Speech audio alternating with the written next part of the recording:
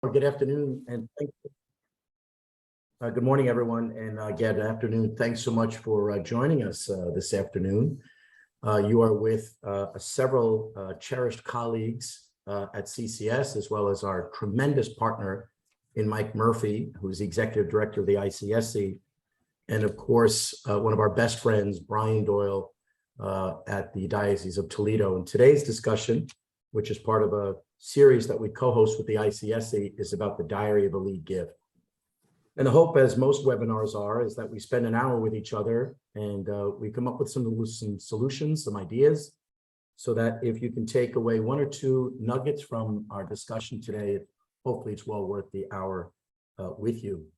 We're thrilled to be doing this with Mike, as always, and Mike will lead us in prayer in a few moments and also recognize heads our important ICSC council, and we've got a very, very impressive agenda and program set up for our conference in Southern California this October. We're joined again by Brian, who's going to take us through a lead gift in the work he's doing in the Diocese of Toledo. One of our colleagues, Sean, who's going to do the same at the Archdiocese of LA. But I am particularly excited, if I might say, is that one of my mentors is joining us today. The Wizard of Oz himself, Reno Grazinich, who is a longtime friend. And hopefully, Reno, you did join us. I miss you, my brother. Reno is just one of the greatest guys on the planet. Been in fundraising for more than 35 years. And it is so great that he's joined us today. Reno, I hope we catch up soon. Before we get into the agenda, may I ask Michael to lead us in an opening prayer? And then we'll have the panelists introduce themselves in just a second. Michael, can I turn that over to you? Thanks very much, Tom, and greetings, everybody. I would like to preface our prayer by extending my own deep gratitude to our wonderful friends at CCS. I think Tom was one of the very first individuals who I got to meet at CCS. This is the 60th anniversary of the International Catholic Stewardship Council, and CCS has been a strategic partner of ICSC from the very beginning, way back in 1962, when it began its first formation meetings in St. Louis, Missouri. So I'm not only grateful for this partnership with CCS, but I'm also grateful for the devoted service, which I've been able to witness firsthand for CCS and in our Catholic life of faith. So thanks very much, Tom, to you and your wonderful colleagues at CCS. Now let us pray. In the name of the Father, and of the Son, and of the Holy Spirit. Amen. Heavenly Father, you are the source of wisdom and grace, the author of human freedom and creativity. We thank you for these gifts and ask that you teach us to be good stewards of our creative energies. During the summer season, show us how to slow down just a bit, quiet ourselves, and learn the art of recreation, reflection, and relaxation. Encourage us to pause so that we might recharge and re-energize our minds, bodies, and spirits for the journey ahead of us. Help us never to be too busy to realize your gracious presence all around us, in nature, in other people, and in ourselves. And teach us to be better stewards of your creation and our recreation, and especially in this time we have together. And we pray this in Jesus' name, amen. In the name of the Father, and of the Son, and of the Holy Spirit, amen. Thank you, Tom. Michael, thank you. Thanks for co-hosting and for those inspiring words in prayer. Just again, Michael spearheads the ICSC, and we have a conference every year that is extremely robust. For those who attend it will absolutely endorse what I'm saying. But just a little bit of a shameless plug. It's October 2nd through October 5th. It's in sunny Southern California. You can go to the ICSC website at catholicstewardship.org. There's a registration for it. It is really remarkable and the ROI is incredible. And shameless plug, if you do it today, Michael will offer you a really good discount. So take advantage of it. That's serious, not an attempt at humor. So Mike, thanks for doing that. Thanks for spearheading that conference. Let's turn it over to our presenters. You'll see here is a collection of colleagues from CCS and of course with Brian. And Brian, can I start with you first? Thanks so much for joining us and serving as a Mission Advancement Officer in Toledo. Can you tell us a little bit about yourself, Brian? Sure. Thank you, Tom, and good afternoon, everyone. And I also echo Michael's words and thanking CCS for being such a great partner. We are engaged with them in the Diocese of Toledo in a capital campaign, and they're serving as our counsel and knocking it out of the park. So grateful to CCS. I am Brian Doyle, Mission Advancement Officer for the Diocese of Toledo. Been here a little over 2 years now. I've been worked for the Catholic Church and in diocesan development for nearly 20 years now. So happy to be here. And my wife and 7 children are native of Indiana, but have lived out of the state for some time now. But grateful to be with you today. You have how many children do you have, Brian? Just a few, just a guy. Gotcha. Okay, gotcha. I hope they're all attending this conference right now, Brian. We've all read. Hey, Sean, could you say hello and just a little bit of an insight on ADLA? And of course, we'll spend more time on it deeper in. Good morning. Sure. Thanks, Tom. So my name is Sean Trahan Taylor, and I am with Community Counseling Service, currently working on the Archdiocese of Los Angeles Call to Renew campaign, a goal of $500 million. To date, we are just over $415 million, so it's progressing really well. And I have served as a fundraising consultant for the past 25 years. Thank you for joining and looking forward to the presentation. Thanks, Sean, so much. Continued good luck. Sarah, can you say hello as well? Thanks, Tom. Good morning, good afternoon, everybody, depending on where you are. My name is Sarah Schmall, and I'm an Executive Vice President with CCS Fundraising. I've been with the firm for 9 years, and a highlight of my time with our organization has been serving as a partner to dioceses, archdioceses, parishes, and Catholic schools. I'm a proud product of Catholic education myself, and I hail in Chicagoland with my husband and our rescue dog, Fred. Thanks, Sarah, so much. Brad, can you say hello? Hello, everyone. Good morning, good afternoon. I'm a Senior Vice President at CCS. I began at CCS in July of 1998. I always tell the staff that I began before we had a website. I've led 14 diocesan-wide campaigns and made my career of supporting the Diocese of the United States and continue that work as a Senior Vice President at CCS across the central United States to this day. Brad, thanks so much. Really appreciate that. And your impact has been extraordinary for so many throughout the country and beyond. I also want to just thank our marketing team for putting up my high school yearbook photograph. The last time I had that color hair was 1995, I think. So we want to do a couple of things. We wanted to offer some important data because data tells us a little bit about behavior and trends. It gives us some insight perhaps to what's to happen.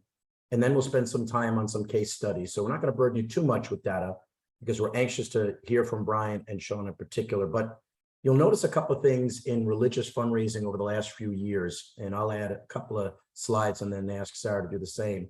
But you'll see on the next slide that there are some trends. And you'll witness, of course, what this tells us is giving to religious organizations over the past 40 years.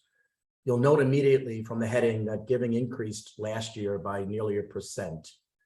It does represent about 20% of total giving in this country. But what's important to note here is it's relatively steady when it is benchmarked against other nonprofit sectors and economic happenings over the past 40 years. So the teal color here is illustrating challenges that have been presented to us either through the pandemic over the last couple of years, the Great Recession, of course, from a decade ago, the sadness of 9/11, and previous issues related to the economy. I will remind us that even in some of the challenging times of COVID and the Great Recession, giving did not go down in an extraordinary way. So if there's some anxieties about the current state of the economy, that's understandable. But even in 2008 and 9, giving only went down by 3 to 4%, not something extraordinary. So it's some data that's important to relay to your colleagues, especially in leadership, as they think about moving ahead with particular initiatives. Giving to religion is still the highest, as you see on the next slide. It represents about $135 billion, which is a stunning number. It's an absolutely stunning number if you think about it. Over the course of the sort of philanthropic landscape, there are roughly 10 nonprofit institutions. And for year over year, decade over decade, religion continues to be number one at 27%. Some other statisticians have offered that if you think about religious sponsored or affiliated organizations, so for instance, those that are run by the different denominations around the country, not just Catholic organizations. So if you think about faith-based sponsored colleges and hospitals and schools, that number of 27% actually more than doubles to nearly 55% of all giving is tied to direct religious faith-based giving or associated with it. In our space, or in the context of our discussion today, we have learned through a series of studies that Catholics remain quite engaged, quite interested, and quite philanthropic. And just to give you some points in terms of our scope, there are nearly 17,000 local Catholic communities represented through their parishes within nearly 200 dioceses, so it's significant. Studies are telling us, of course, either through CARA or others, that about 72 million identify themselves as Catholic, which is about 22% of the 330 million Americans that have identified themselves in some way through some particular religious or faith-based community. More than a third have declared that they are actively engaged in the celebrations within the Catholic community, with 37% having attended or perhaps viewed, as we would most recognize over these last couple of years, Mass at least on a monthly basis. And remarkably, more than a third have noted that the pandemic over the last couple of years has actually strengthened their involvement in the church, strengthened their faith. For some of us, we know that we in the Catholic Church do a lot of celebrating, right? We celebrate the gospel, we celebrate the Eucharist, we like to get together, we like to talk, we like to convene, and folks have really embraced it in many different ways. So we're grateful for that, of course.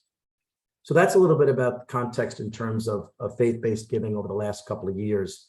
I'd love to turn it over to Sarah, if you can, to take a few moments to talk about a little bit what's going on in terms of leadership gift landscape, independent of just faith-based. So Sarah, if you can take it away. Yeah, thanks so much, Tom. So we think there's certainly reason to be optimistic around leadership and major gifts, bearing in mind all of those data points that Tom shared, but we've zeroed in on a couple of important kind of slicing and dicing, if you will, of the donor population. So I know we all wish that everyone who was in the pews on the weekends or who are registered in our schools gave. Take heart. Across the country, just under half of families are philanthropic overall. So as we think about our own participation numbers, a helpful metric to have in mind. What's important to note, though, is as we think about leadership and major donor opportunity, the percentage of those types of households, which we defined here is households that have income in excess of $200,000, but 88% of folks who are in a household of that affluence are giving. So generous inclinations there, and you'll note here a precipitously larger average gift. What we further then note is of these affluent households, just under half are giving specifically to religious causes. But what is even more noteworthy is that as we think about all of the different solicitations that are coming forward and kind of that pie that any individual or family is thinking about for their philanthropic giving year in and year out, religion continues to be the largest share of that pie for affluent individuals, noting here 32% of those charitable dollars are being geared toward religion, above and beyond some of those other areas of the nonprofit sector. It's important then to not only understand capacity and the means, but also then what motivates folks to think about these kinds of transformative investments. And so really, when it comes to the motivations for donors giving, a couple of things really emerge to the top of the list. One, they want to help. They want to help us solve problems. They believe in the goals and the objectives of our organizations. They see the opportunity of where they can make a difference. And there's an aspect of the work partnering with pastoral leaders, school administrators, lay leaders, bishops and archbishops that delivers a measure of fulfillment and satisfaction.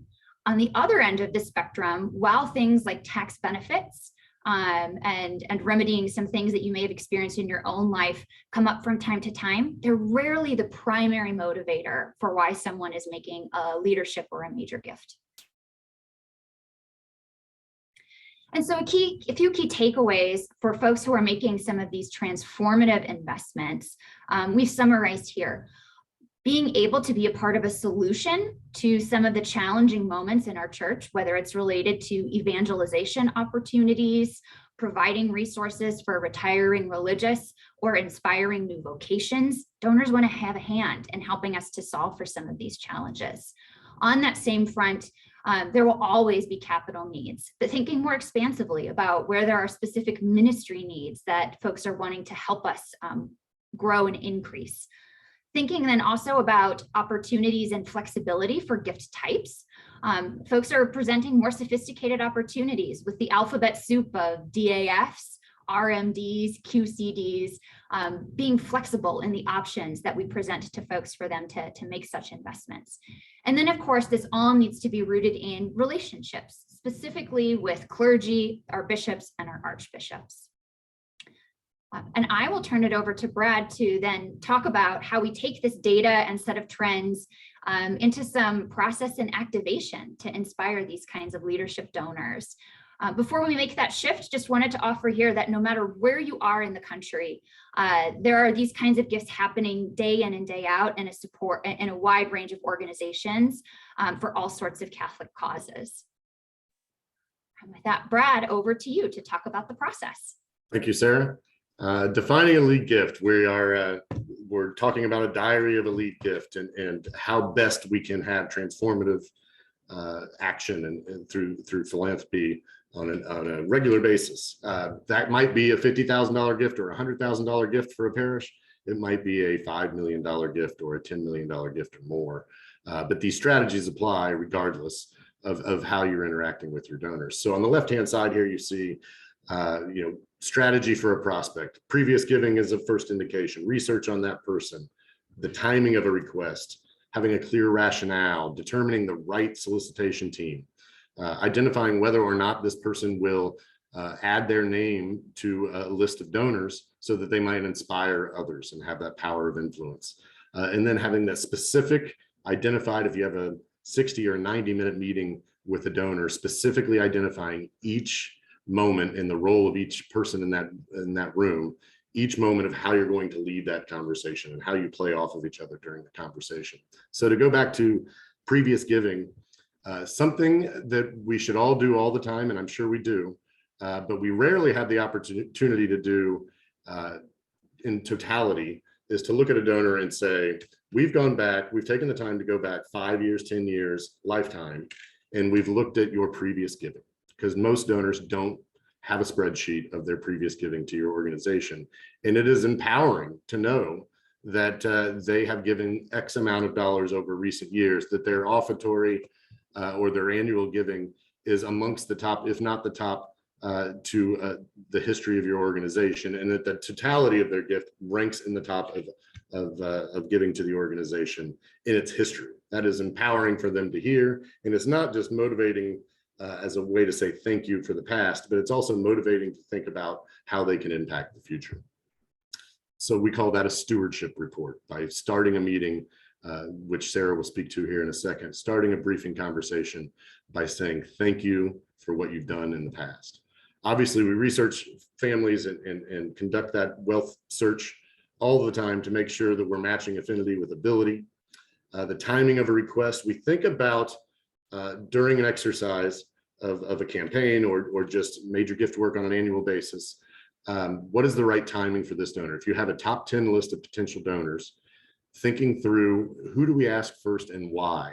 And that's not always necessarily we ask the largest gift first. Sometimes you might have an opportunity with the donor that is newer to the organization, but has incredible ability to make a gift. But you have someone who's been involved in your organization for 10 years, 20 years, for a lifetime.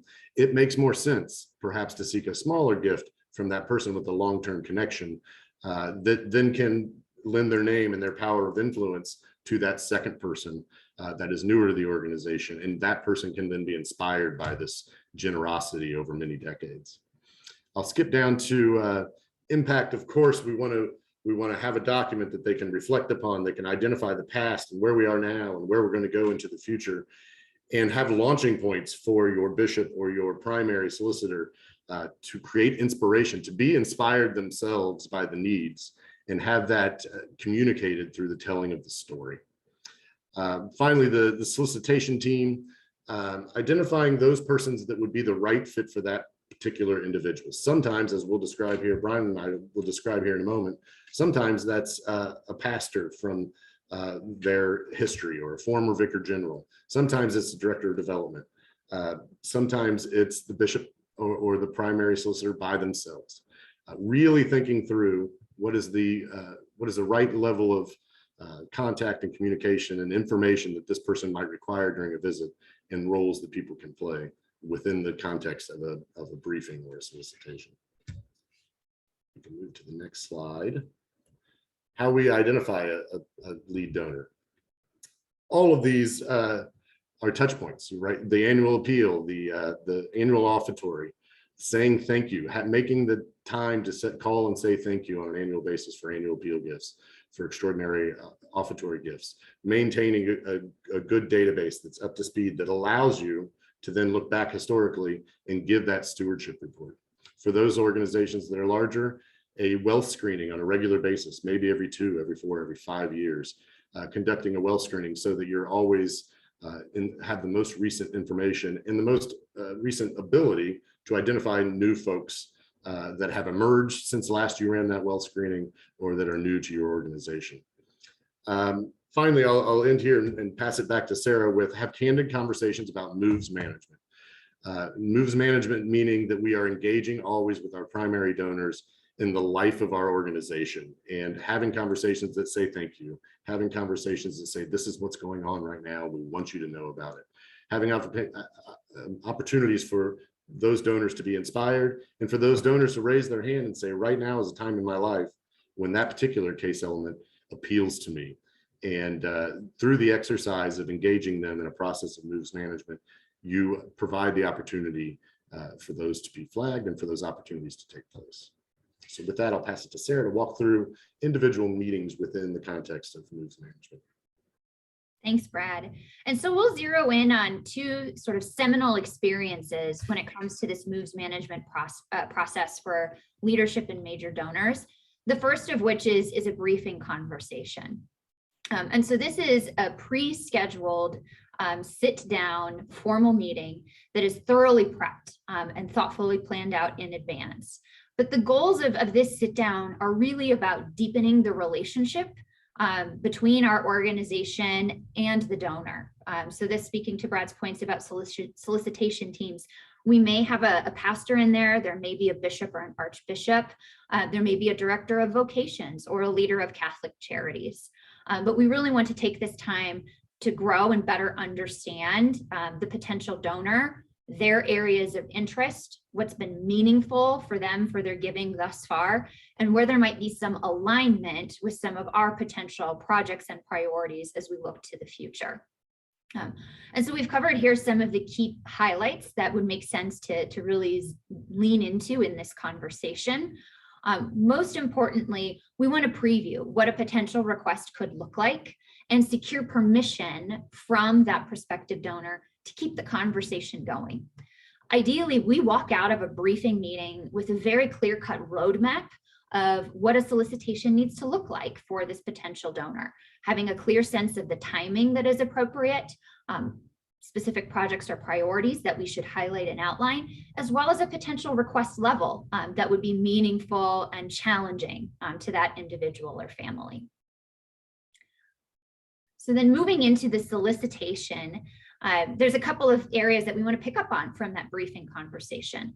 We certainly want to celebrate the generosity that these families have put forward in the past, just to Brad's earlier point, and reaffirm the important role that they've played in advancing our mission.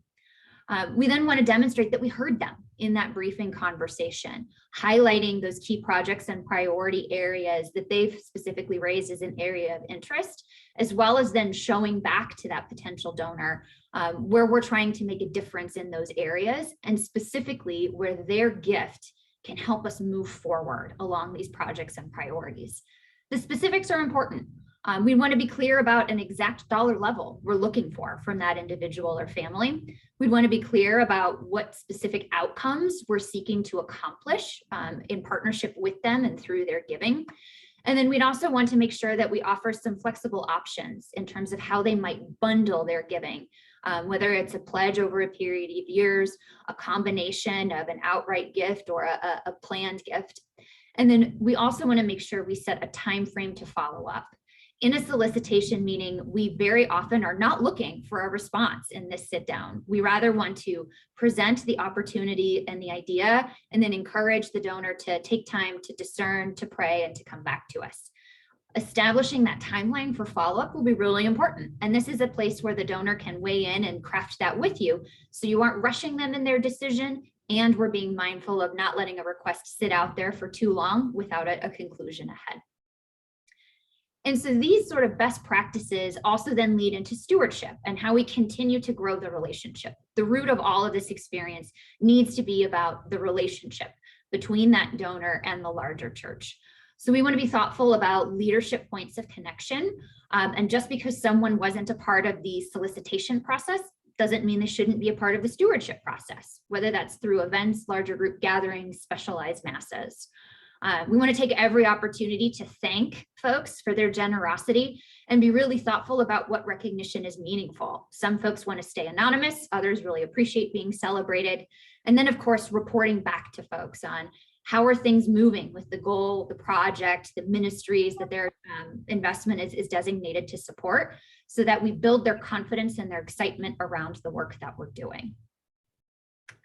And then, of course, inviting them to make referrals, always helpful. Bring along your friends. Sarah, thanks for that, especially the point about, quote, the investment, right, that a donor makes with an organization, keeping them up to date on how impactful that is, just sort of reconfirms the authenticity of the ask, right? That it's not transactional. You're not giving to a, quote, institution, perhaps, or an institutional leader, but you might indeed be offering an opportunity toward a solution or to sort of sustain what you're trying to do or advance the promise that's in front of us. That said, Brian, again, who is the Mission Advancement Officer and Director at Diocese of Toledo, could you give us some insight in terms of a recent success story that you've had in terms of a leadership gift donor as you've unfolded this campaign, introduced them to the notion of making a role model gift and what happened? We'd love to hear a particular story from you about such an experience, Brian. Sure, thank you, Tom. We recently achieved, towards the beginning of our engagement with the capital campaign, one of the largest gifts in the history of the Diocese of Toledo, and it is certainly the largest gift currently for the campaign. And that was a $5 million gift that was given with a number of efforts in order to engage and overcome some obstacles that even in relationship and direction that we had with this donor. So I don't know if you want to give, Tom, do you want me to keep going into? Yeah, tell us about, tell us how that unfolded and some of the sort of tactics that you took to play in terms of cultivating them, coming up with the right gift request. And sure. Let me, if you don't mind, let me jump in here, Brian, and maybe I'll prompt you with a couple of questions. Will that work? Perfect, Brad. So this slide just talks about our engagement with the Diocese of Toledo, a history of being involved in several aspects over the past few years. And if we could move on to the next slide, we want to give an instance of an individual story of this donor who made this $5 million impact in Toledo, and how we got there, using a lot of the strategies that Sarah talked about through the moves management process. This donor was very involved, historically speaking, lifetime speaking, board member, member of the foundation planning committee to identify a new foundation to move forward, participated in the pastoral plan, searched for Brian to come and take over mission advancement, was on that committee, lifetime top 10 donor, indicated $1 million gift to the campaign. had a family foundation and regularly gave at a significant level on an annual basis.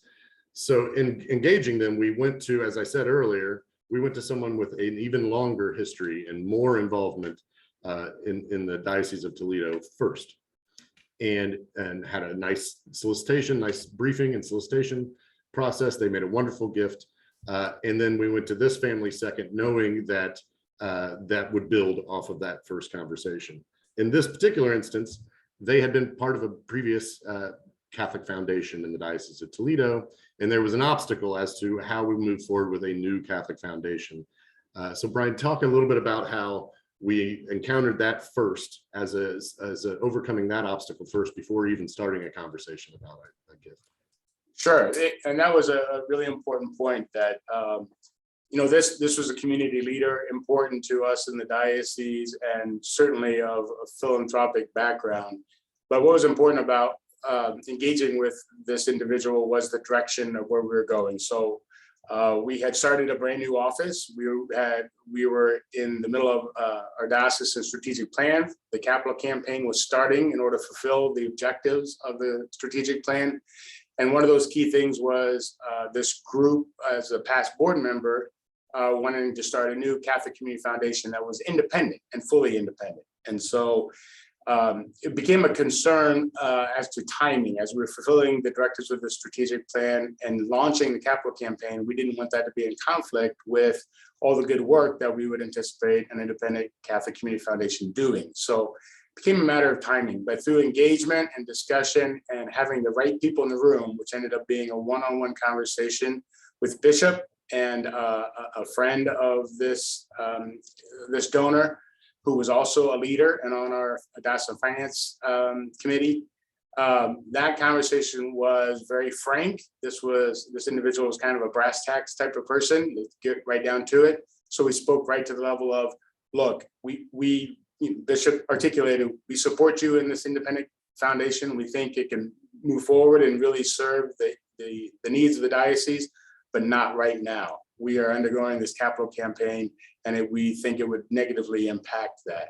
So he appreciated the frankness, the candor, the individual conversation, and it was just focused on that. It wasn't focused on your future giving to the campaign or any of that. It was at the task at hand. And I think that was much appreciated. And in turn, the donor came back and said, I'm 100% with you, Bishop. I like your vision. I like the direction, and I'm on board. And that led eventually then to a follow-up meeting with the pastor that led to that significant, impactful gift of $5 million. On that note, so at the conclusion of that meeting, he left that meeting and then went to the planning meeting for the foundation and advocated for Bishop's point of view to the others. And then at the conclusion of that conversation with Bishop mentioned, by the way, I'm conducting this capital campaign. We've begun. I've already received one gift at 7 figures, and I want to involve you next. And would you find time for that meeting? Then we go to establish that meeting. So we meet, for everyone's benefit, we meet on a weekly basis, and we only think about the top 10 families and how we're going to engage them one-on-one. We look to identify how we're going to engage this person. We have great intel from someone outside our immediate scope, who is the former Vicar General and this donor's former pastor. And he mentions, and we already know, but he mentions in greater detail that this man is ill. He's in a later stage of life, and that Brian should reach out and find out exactly how we pick him up, how we move him we approach him to come to the meeting. Through that exercise, we find out that his brother is going to bring him, and that the former pastor and Vicar General should be a part of the meeting. So with that as the beginning of the conversation, Brian, talk a little bit about how the two solicitors, the bishop and our former Vicar General, encountered the solicitation, how they went about inviting him. And again, to your brass tacks comment, that maybe we skipped one part of the process and didn't do a briefing. Sure, no, I appreciate that. A lot of homework was done for sure. And it was all about the relationship. It really was, to make sure that we understood the donor, understood their interests, understood their background, understood their current situation. And so even down fine tuning of who should be in that room. So it was held in Bishop's office, as Brad mentioned. This individual's brother came, who's actually part of a family foundation. So we were also trying to discern how a gift could be made and at what level as part of that frank conversation. And so inviting his pastor, the current Vicar General, for the longevity of that, all of that was a very concerted effort. And I think much appreciated, quite honestly, by this individual who really is just get to the heart of it. And so there wasn't a lot of dancing or running around. It was, this is what we're doing. This is what this, the impact of this capital campaign. It is about our future. It's about endowment building. And we would be remiss if we did not invite you to the largest gift opportunity for the campaign. And it was expressed in that way, and very much appreciate it. And said, Bishop, let me tell you two things. You know, I'm behind you 100% in what you're doing and where we're going to foundation. And I appreciate the engagement on that and the opportunity to be a part of that. And two, all of the engagement you've had with me for these last several years since you've been here. Our bishop is coming up on 7 years in the diocese. The gentleman conveyed that he has a picture on his mantle of Bishop on one knee, engaging his mother, who was in a wheelchair, who was in the waning time of her life. That was a beautiful time for him, a moment that he's captured, and that's up on the mantle. And this individual had some family tragedy in his life, and Bishop was there personally for that family tragedy.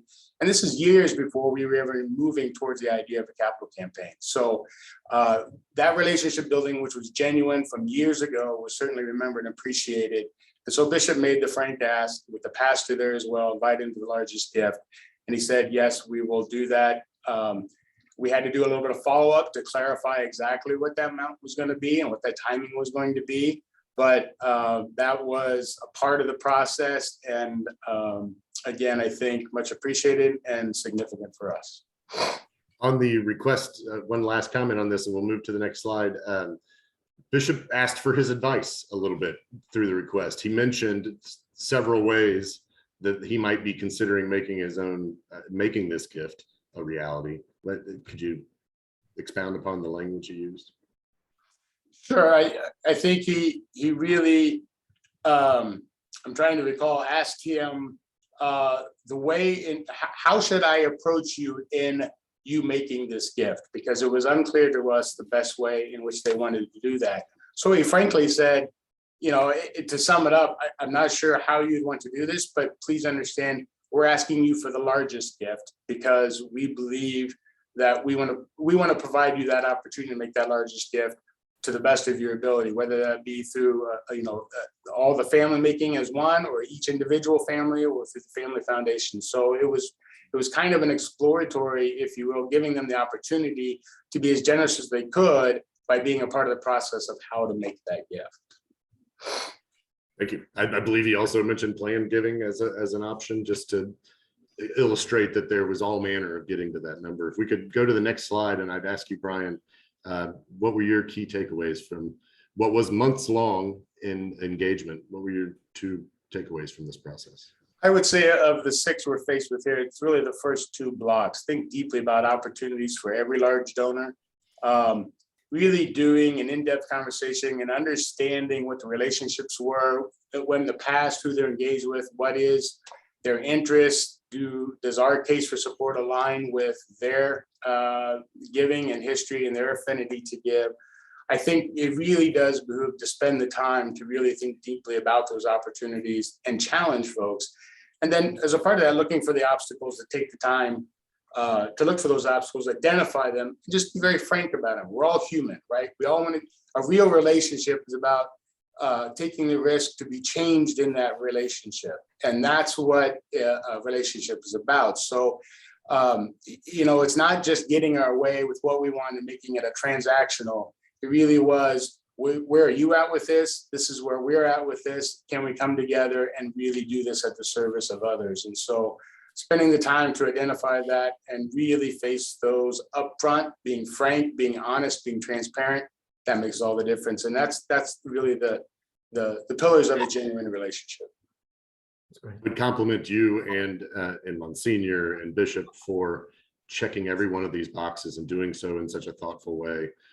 For Bishop to ask the donor, you know, invite the idea of many ways to fulfill the gift, to be bold and say, I'd like to ask you to consider the largest gift in this campaign and in our history, in matching in our history, as his second request on a capital campaign was incredible, and it was a wonderful partnership to be with you for that particular gift. Pass it back to you. Congratulations, Brian. Way to go. Before Sarah and Sean take us through ADLA, I just lean on that third box in the upper right-hand corner, which is if wondering, ask the donor, right? If you have a genuine relationship with that donor, you're confident in your vision and the case, right? Take the mystery away out of it, right? If you take the mystery away, you probably avoid some clumsiness, delayed time, and some awkward conversations. And so take the mystery away. If you do have, right, that relationship that we believe that we can have with our largest donors, I'd encourage you to have that candor. That's great. Sarah and Sean, could you, enlighten us with some of the work and success and lead gifts in LA? Sure. Thank you, Tom. You took the words right out of my mouth regarding the takeaway regarding the importance of asking, wondering. One may say, well, what am I wondering? Will the donor give? Do these interests align with the donor interest? One might wonder, is the ask too high? Is it too low? What is the right ask amount? One might also wonder, is now the right time? Well, you heard me mention earlier that the Archdiocese of Los Angeles has launched an ambitious undertaking, a campaign of $500 million. To date, raised just over $415 million. However, they haven't conducted a campaign since the 1950s. They recognize the need to address important needs, primarily in the parishes, really for the betterment of all 300 plus parishes. They're focused also on vocations and serving the vulnerable, as well as priest retirement. As part of our efforts, we have partnered with the Catholic Community Foundation of Los Angeles to provide an array of gifting opportunities to donors. Over the past several years, the Archdiocese has continued to position itself to launch the largest fundraising effort in its history. And they also continue to enhance their annual appeal, which we refer to as Together in Mission. They also launched several years ago, before launching the Archdiocesan-wide campaign, a program offering parishes to participate in increased offertory appeals, really at a discounted rate, and many parishes took them up on that effort. One key initiative that the diocese conducted prior to launching the campaign, actually in 2017, was the Facilities Deferred Maintenance Assessment. You'll see that there on the slide. Basically, that assessment informed the Archdiocesan campaign, again called to renew. Now we're in campaign mode. We're going to slip to the next slide, and you'll see some key points about a particular donor. One donor has been very generous over the years, a donor since 1999, cultivated tremendously, top lifetime donor to the annual appeal, a planned giving donor, has been properly cultivated and stewarded. However, hesitancy around whether they will support the initiative was there. I'm sure that resonates with many of you. This donor contributed $1 million to the campaign during the early phases, which was launched several years ago, and has since paid that gift in full. Well, now it's time for our discussions on whether we're going to go back to that donor for an increased gift. With the campaign entering its final year of solicitation activity, strategic conversations took place, which garnered an additional $1 million gift. On the next slide, you'll see some of the key takeaways from those strategic conversations. Of course, we were creative in our brainstorming, identifying potential opportunities for the donor to consider unique opportunities to support this campaign. We identified needs that were unique to the fundraising initiative that also align with the donor's interests. We work to aim high, but not unrealistically. So as you go through this process, don't feel the need to lowball the ask amount simply because it may be a second appeal, such as it was with this particular donor. We were anticipating questions as to why support this initiative when that donor had already contributed. Again, it's important to identify those unique needs within the case that may align with the donor's interests. We also were identifying the right solicitation team who can certainly influence an increased gift. And certainly we were thoughtful about the stewardship plan that will aid in continued support for the campaign in the entire Archdiocese. Recently, the donor was solicited and agreed to an additional $1 million gift to be paid over the next 2 years. This is huge, of course, for the Archdiocese and just continued support for the parishes with that. That said, I'll turn it over to Tom. Thanks, Sean. I love the point that you laid out here about, don't assume that a donor is not going to be able to consider an additional gift, right? You think about the length of most campaigns, that even over a 3 to 5 year campaign, it's not uncommon for a nonprofit to experience new initiatives, whether it's the president of a college, the bishop of a diocese, the principal of a school, that over 5 years, things do change. And so there might be moments to re-engage a donor who was a role model participant in the early months to reconsider it. We've seen this in a number of ways where these role model donors are so invested in the success of the campaign that if there's a challenge opportunity that they can implement or that they can initiate is also pretty successful.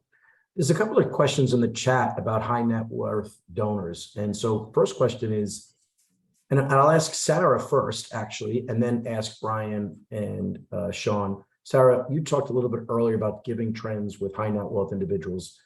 Do you have a sense of the differences in motivation for a high net wealth donor versus a conventional donor? What is influencing them today, say, versus 5 years ago?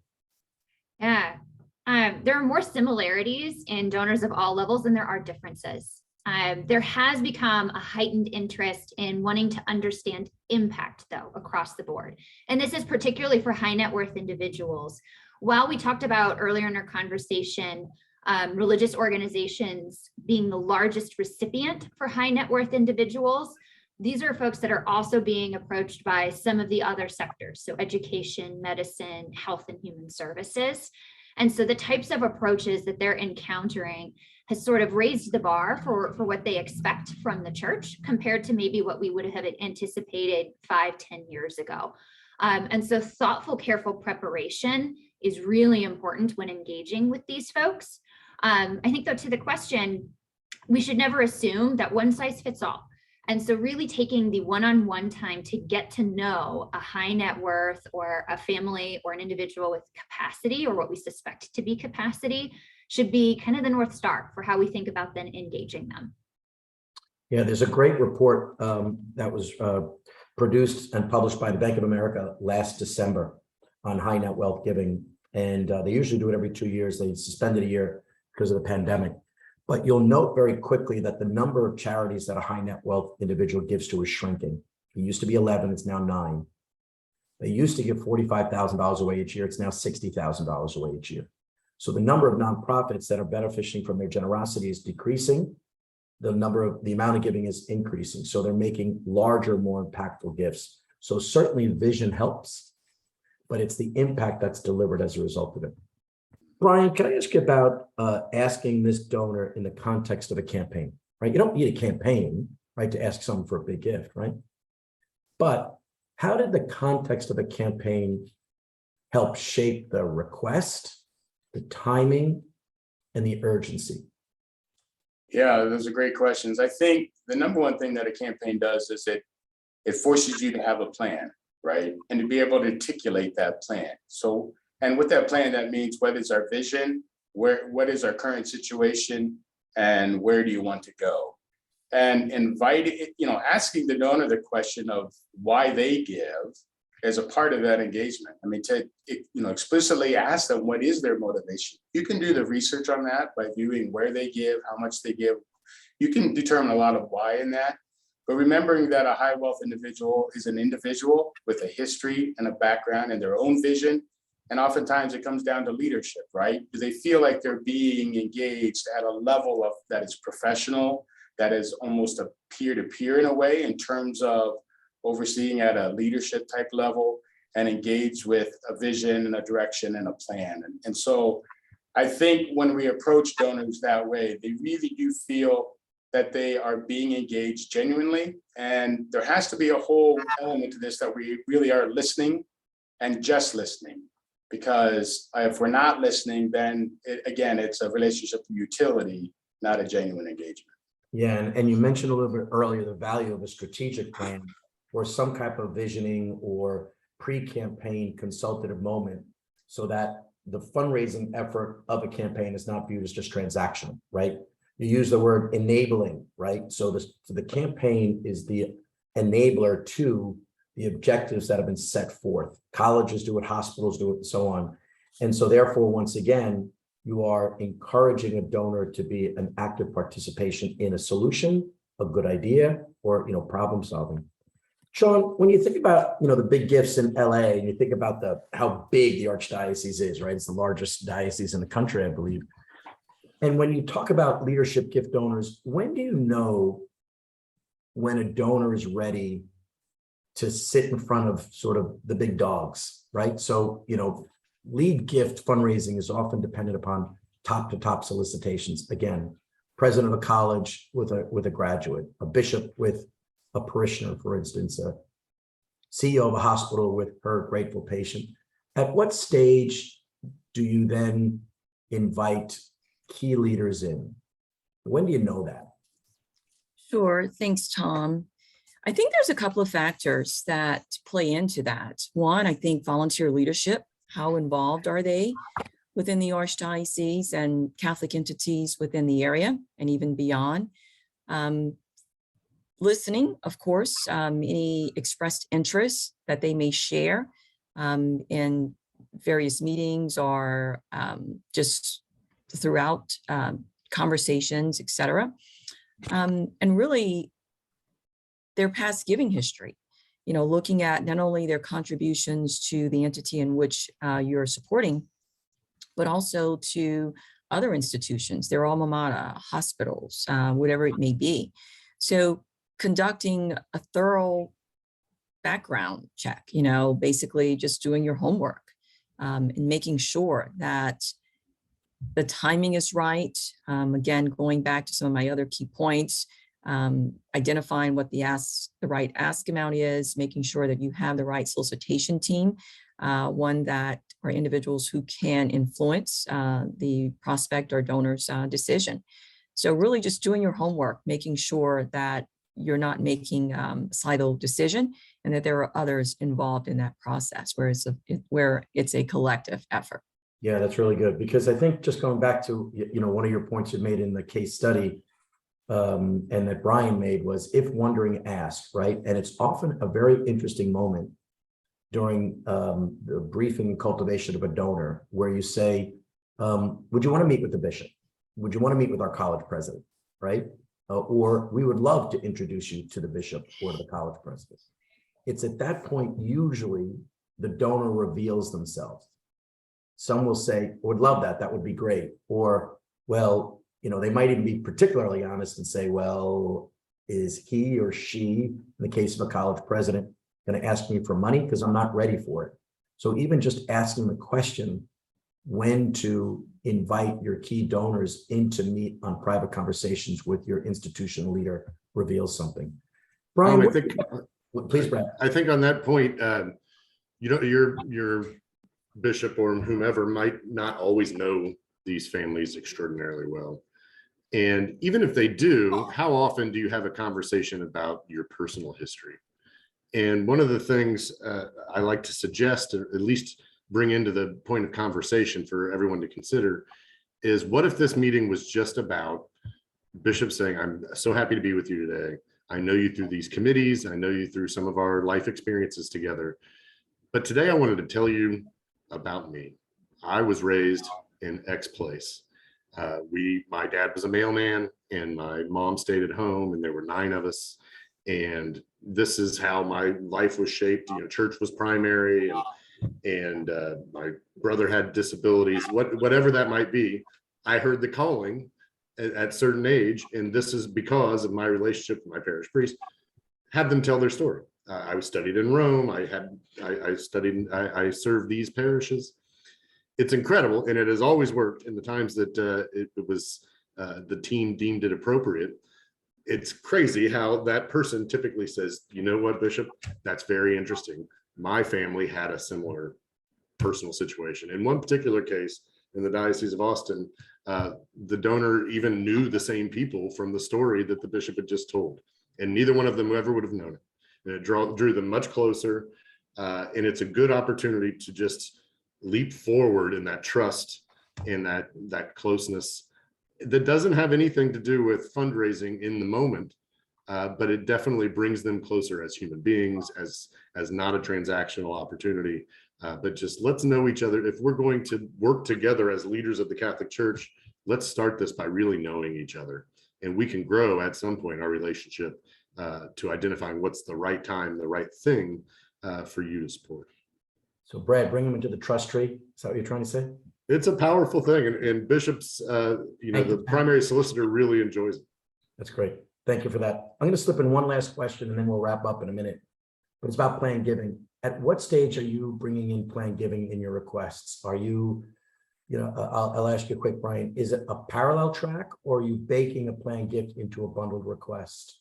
Are you asking your donors to sustain their giving through the annual appeal, advancing Toledo through the campaign, and helping endow the church through a planned gift, or is it on a separate track?